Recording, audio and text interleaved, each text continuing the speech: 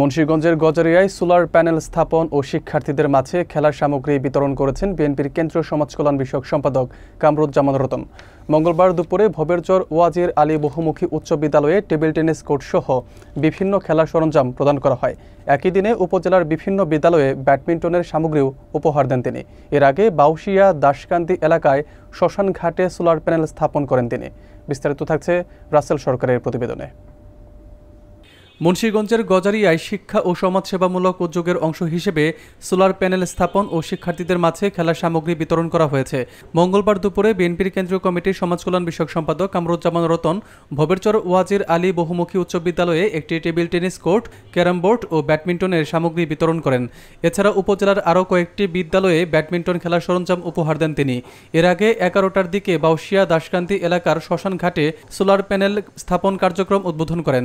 এ সময় উপস্থিত ছিলেন উপজেলা বিএনপির সাবেক সভাপতি এ.কে.এম. গিয়াসউদ্দিন, কেন্দ্রীয় স্বেচ্ছাসেবক দলের সাবেক সহসভাপতি ভিপি মাসুম, জেলা যুব দলের সদস্য সচিব মোজাম্মেল হক মুন্না, জেলা ছাত্র দলের সাধারণ সম্পাদক জামাল হোসেন, উপজেলা যুব দলের সাবেক সাধারণ সম্পাদক তপন চৌধুরী ও অন্যান্য নেতৃবৃন্দ। এদিনের কর্মসূচিতে গজারিয়ার বিভিন্ন ইউনিয়নের বিএনপি, যুবদল ও ছাত্র দলের শতাধিক নেতাকর্মী অংশ নেন। উদ্যোগটি স্থানীয়ভাবে ব্যাপক প্রশংসা কুড়িয়েছে।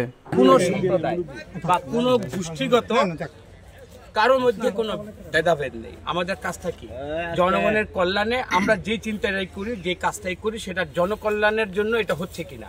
তো আপনি দেখেন, আমরা তো মসজিদের আমরা কাজ করে যাচ্ছি, মাদ্রাসায় কাজ করে যাচ্ছি, পবিত্র আমরা গুরুস্থানে আমরা প্যানগুলো লাগাচ্ছি। তো এটা দেখেন, এটা মধ্যবাউশিয়া দাসকান্দিতে এরকম একটা সবচেয়ে বড়। তো আমাদের হিন্দু সম্প্রদায় ভাই ভাই এই সমাজে তো আমরা একসাথেই বসবাসটা করি। তো এইখানে দেখেন, একটা গহীন একটা রাস্তা দিয়ে কিন্তু আমাদের এই জায়গাটা আসতে হয়। রাত্র তো সবার জন্য, ভয়টা তো সবার জন্যই। তো ওনারা স্বাচ্ছন্দ্যে যেন এই শ্মশান ঘাটে এনে ওনাদের বিশ্বাসের উপর যেই কীর্তিটা ওনারা করে, এটা যেন নির্বিঘ্ন করতে পারে, এই জন্য আমাদের উদ্যোগ।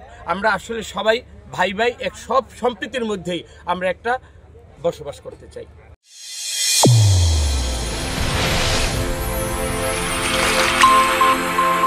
চ্যানেল A1 হৃদয়ের স্পন্দন।